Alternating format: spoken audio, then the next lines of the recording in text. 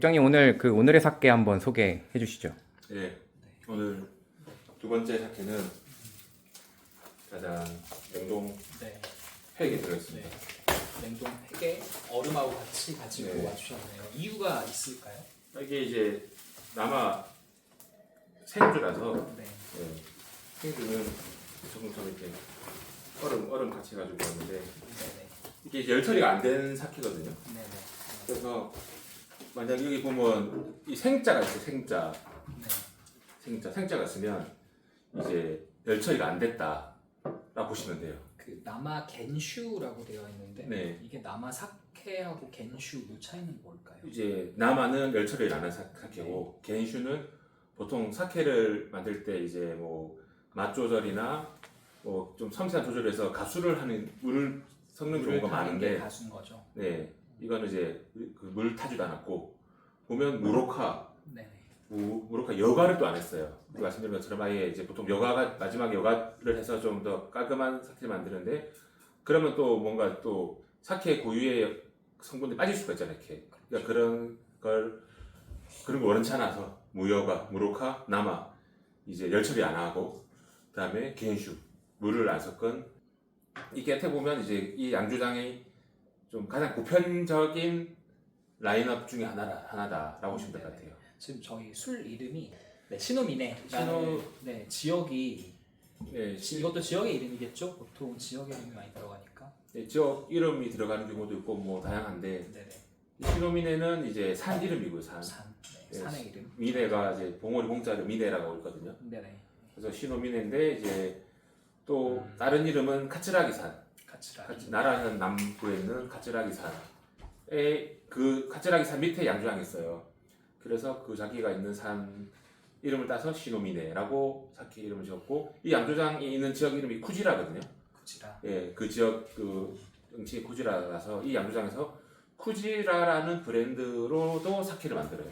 그 쿠지라라는 사케는 자기 그 양조장에서 자체적으로 쿠지라의 그 논밭을 이제 쌀을 자기가 경작까지 해가지고 직접 쌀을 경작해서 만든 버전으로 쿠지라라는 브랜드도 내고 있고 이거 시노미네는 이제 조금 더 이제 자기가 좀 더 신경을 써서 색다르게 다양한 시도를 해서 만든 사케 브랜드라고 보시면 됩니다. 그러니까 모종의 브랜드라고 생각을 합니다. 네, 시노미네는 사케 브랜드 이름이죠. 다사이나 코보타도 다사이 뭐 야리 산부처럼 막 뒤에 붙잖아요. 이렇게 속성들이 하지만 다사이 자체는 브랜드.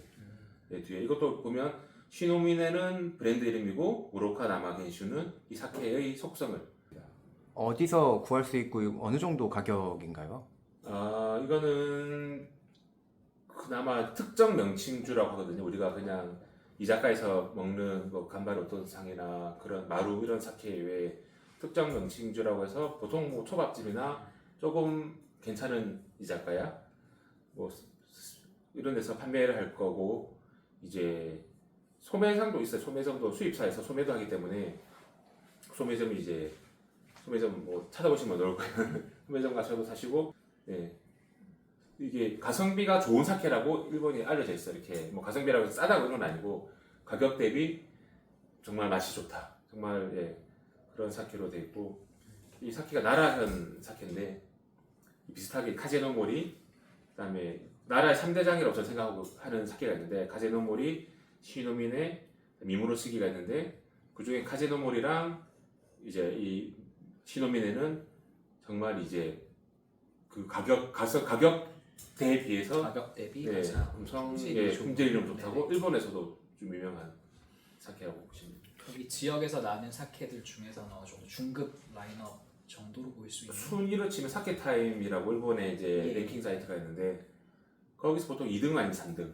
그러면 네네. 상당히 그래도 높은 랭크에 있는. 그렇죠. 그 방금 말씀드렸던 세 개의 미무로시기, 카제노모리, 시노미네 이 세 개의 양조장이 나라현 1, 2, 3위를 다투고 있고 보시면 아시겠지만 생주기 때문에 수입 통관도부터 해가지고 판매까지도 이렇게 다 그 뭐죠? 콜드 체인이죠. 네, 생산에서부터. 마지막 제가 마시기 네. 직전까지 이 친구는 항상 냉장 보관, 네네. 장기 보관하려면 영하 5도 정도 거의 준 냉동 보관해야 되고 이제 최소한 냉장 보관은 항상 되어 있어야 돼요.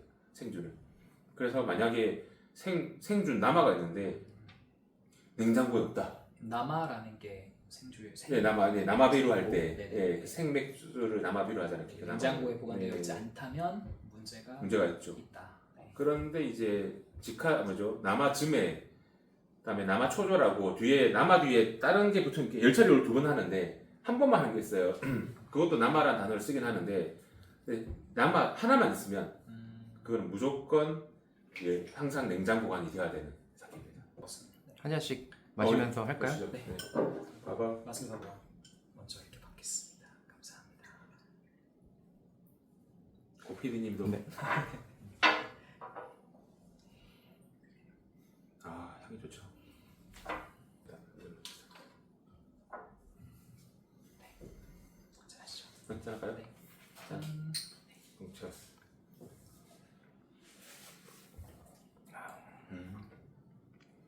시노민의 라인업 중에서도 어떻게 보면 가장 보급형인 사케거든요.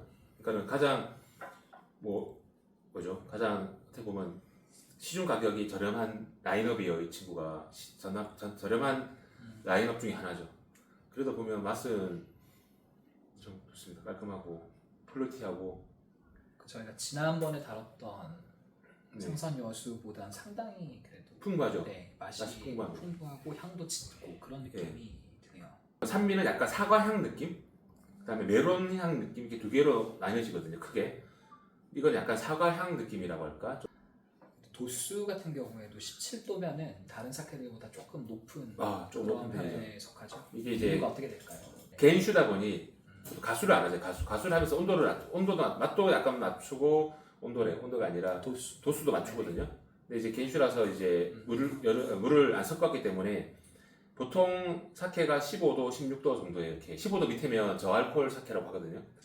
그리고 15도, 16도인데 이거는 이제 17도이기 때문에 일반적인 사케에 비해서는 약간 도수가 높은 편이다.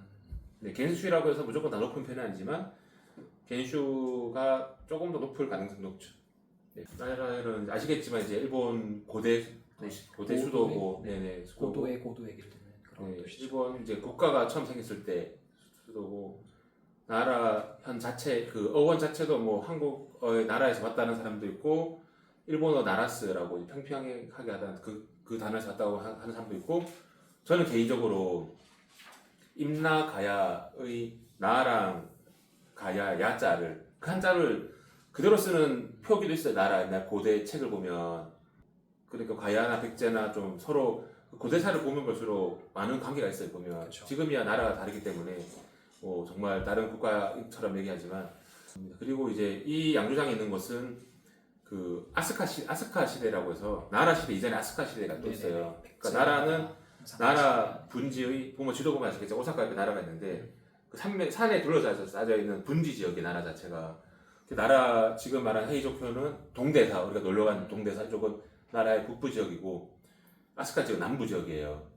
이 양조장도 그 남부 지역에 있고 그래서 이제 아스카 시대 하면 조금 더 이제 우리 삼국과 아니면 우리 고대 서로 좀 관계가 더 깊었다고 저는 생각을 하거든요. 네, 백제 백제 문화와 유사점을 많이 찾는 아스카 문화. 네, 백제나 뭐 가야는 실력에 네.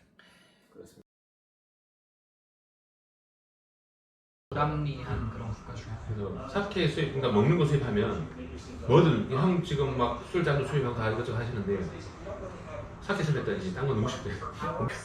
뭐죠? 저는 요즘에 가성비 좋은 그러니까 위스키 같은 거 한 병씩 꼭 사놓다가